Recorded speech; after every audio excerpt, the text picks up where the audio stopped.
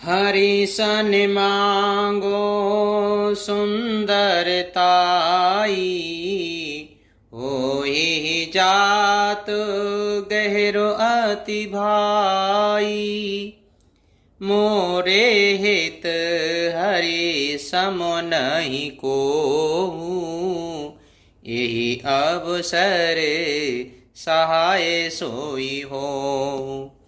एक काम करूं कि भगवान से सुंदरता मांगूं, पर भाई उनके पास जाने में तो बहुत देर हो जाएगी, किंतु श्री हरि के समान मेरा हितु भी कोई नहीं है, इसलिए इस समय वे ही मेरे सहायक हो सकते हैं।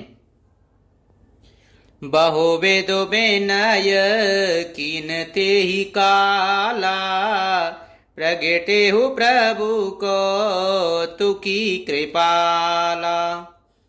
प्रभु बिलोके मुनि नयन जुड़ाने, होई ये काज ही हर्षाने। उस समय नारद जी ने भगवान की बहुत प्रकार से विनती की। तब लीला में कृपालु प्रभु वहीं प्रकट हो गए।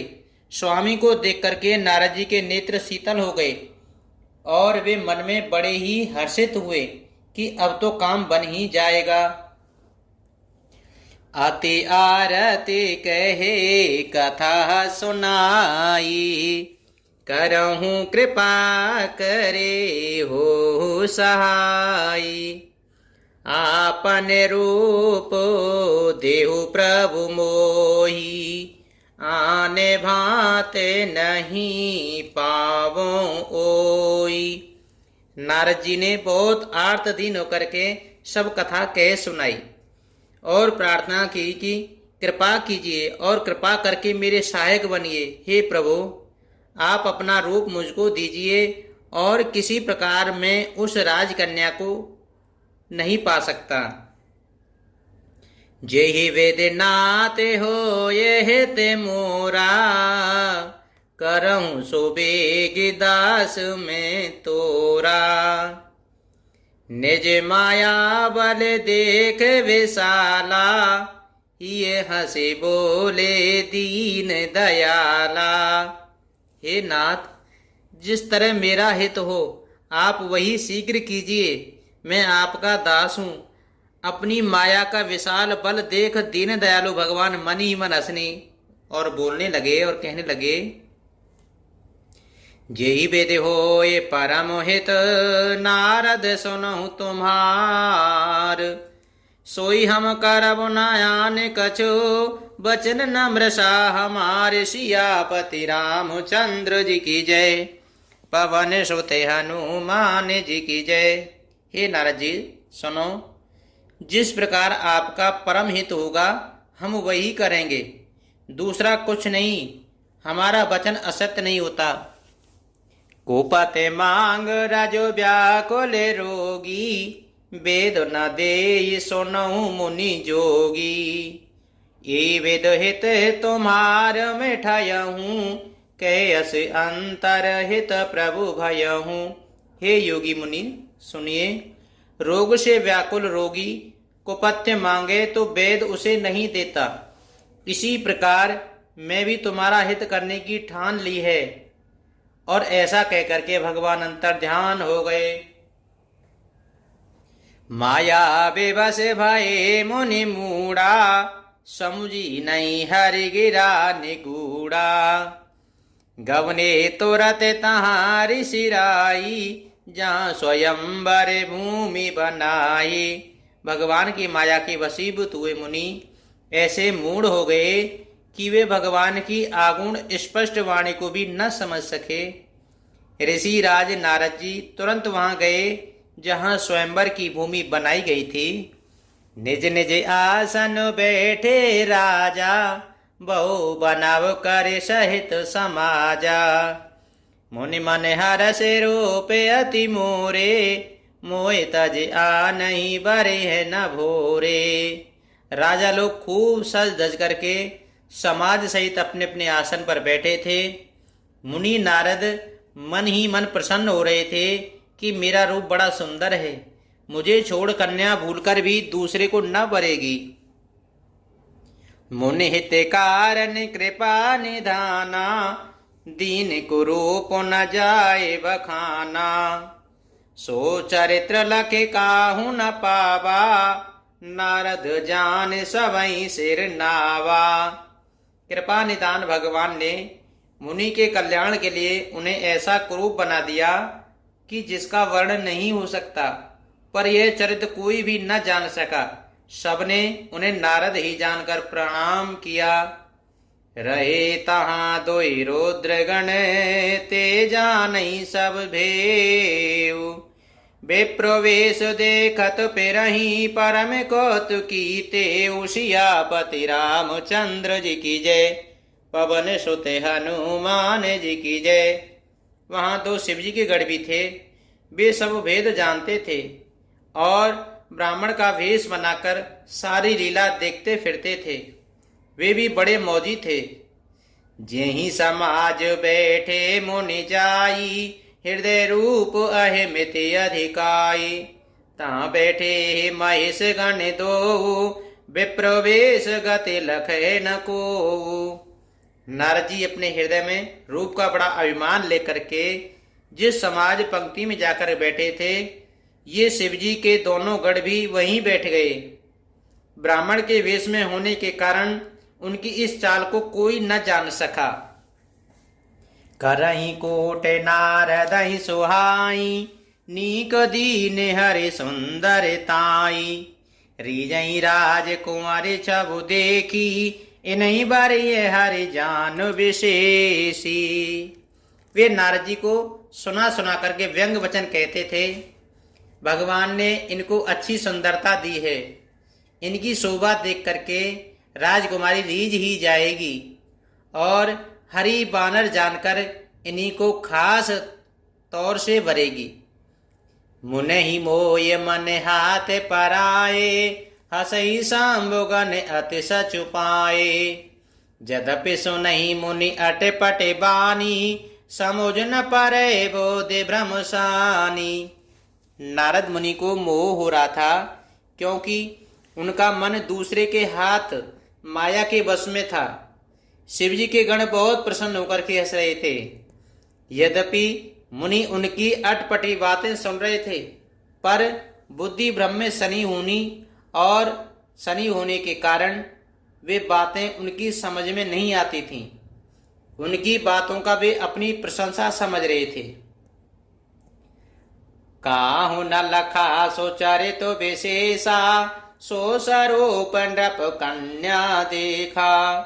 मरकट बदन भयंकर देही, देखत हृदय क्रोध बातेहि। इस विशेष चरित्र को और किसी ने नहीं जाना, केवल राजकन्या ने नारद जी का वह रूप देखा। उनका बंदर सा मुख और भयंकर शरीर देखते ही कन्या के हृदय में क्रोध उत्पन्न हो गया। सखी संग ले कुंवरी तब, चली जनु राज मराल। देखत फिर महीप सब, कर सरोज जय माल। सियापति रामचंद्र जी की जय, पवन सुत हनुमान जी की जय। तब राजकुमारी सखियों को साथ लेकर इस तरह चली मानो राजहंसिनी चल रही है। वह अपने कमल जैसे हाथों में जयमाला लिए सब राजाओं को देखती हुई घूमने लगी। जेहि देश बैठे नारद फूली, सो देश ते ही न बिलो की भूली। पुनि पुनि मुनि उकुसई कुलाही, देखी दशा हर गण मुस्काई।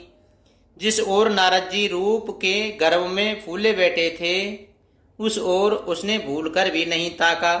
नारद मुनि बार बार उचकते और छटपटाते हैं। उनकी दशा देखकर शिवजी के गण मुस्कुराते हुए और देख रहे हैं। दारिंद्र पुतन तहाँ गयहूँ कृपाला, कुंवर हरसि मेले जय माला। दुलहिन ले गए लक्ष निवासा, नृप समाज सब भयहूँ निराशा। कृपालु भगवान भी राजा का शरीर धारण कर वहां जा पहुंचे।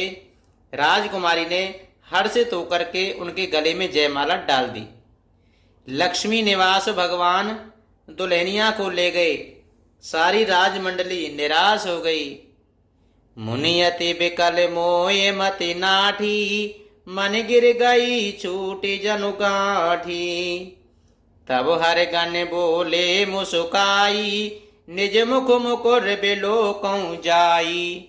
मोह के कारण मुनि की बुद्धि नष्ट हो गई थी। इससे वे राजकुमारी की और राजकुमारी को गई देख बहुत ही विकल हो गए, मानो गांठ से छूटकर मणि गिर गई हो। तब शिवजी के गणों ने मुस्कुरा करके कहा, दर्पण में अपना मुख तो देखिए। हस कह दो भागे भे भारी, बदन दीखे मुनि बारी निहारी। वेश बिलो के क्रोध अति बाड़ा, तेनई सराप दीन अति गाड़ा। ऐसा कहकर वे दोनों बहुत भयभीत होकर के भागे। मुनि ने जल में झांक कर अपना मुख देखा। अपना रूप देख करके उनका क्रोध बहुत बढ़ गया। उन्होंने शिवजी के उन गणों को अत्यंत कठोर श्राप दिया। हो निशाचर जाए तुम कपटी पापी दो, हसेऊ हम हसी हो ले हूँ फल, बोरी हसेऊ मुनि को सियापति रामचंद्र जी की जय। पवन सुत हनुमान जी की जय। तुम दोनों कपटी और पापी जाकर के राक्षस हो जाओ। तुमने हमारी हंसी की, उसका फल चखो। अब फिर किसी मुनि की हंसी करना जब पता चलेगी। पुनि जल दीखे रूप निज पावा, तदप हृदय संतोष नयावा।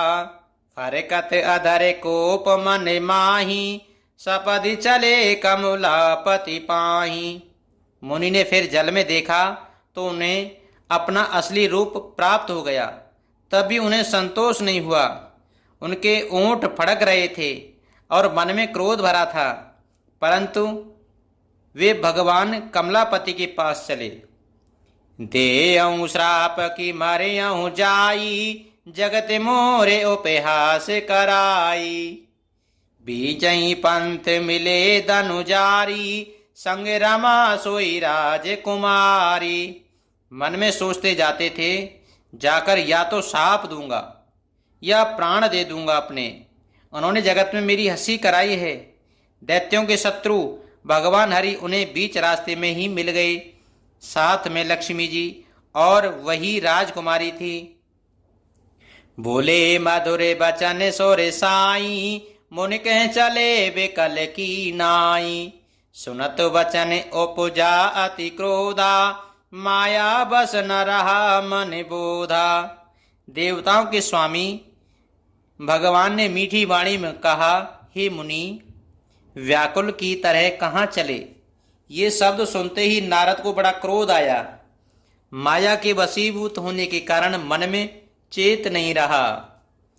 परिसंपदा सकौ नहीं देखी, तुमरे ईर्षा कपटे विशेषी। मथत सेंदरो द्रही बौरायऊं, सुरन प्रेरे विष पान करायऊं। मुनि ने कहा, तुम दूसरों की संपदा नहीं देख सकते, तुम्हारे ईर्षा और कपट बहुत है। समुद्र मथते समय तुमने शिवजी को बावला बना दिया और देवताओं को प्रेत करके उन्हें विषपान कराया। असुर सुरा विष संकरई, आप रमा मन चारु। स्वार्थ साधक कुटिल तुम, सदा कपट व्यवहार। सियापति रामचंद्र जी की जय। पवन सुत हनुमान जी की जय। असुरों को मदिरा और शिवजी को विष दे करके तुमने स्वयं लक्ष्मी और सुंदर कौस्तुभ मणि ले ली।